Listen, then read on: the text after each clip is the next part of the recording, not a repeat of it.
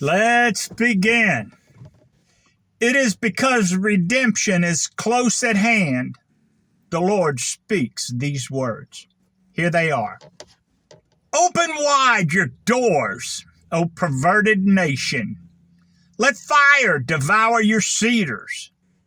O pine trees, wail. O cypress tree, lament. O oaks of Bashan, the groves you have planted are fallen. Let the sound of wailing be heard among the shepherds, a sound of roaring among the lions.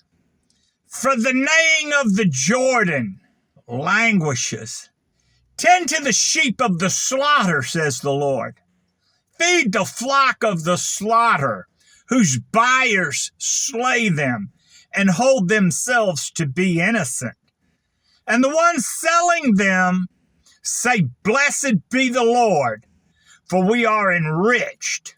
And the shepherds suffered not anything for them.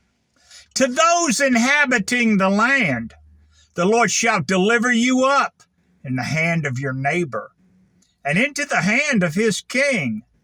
They shall cut in pieces the land, and in no way shall I rescue you from out of their hands, says the Lord. Here's what I will do. I will take two scepters. One I will call graciousness, and the other I shall call a piece of measured out land. And therein I will tend the sheep.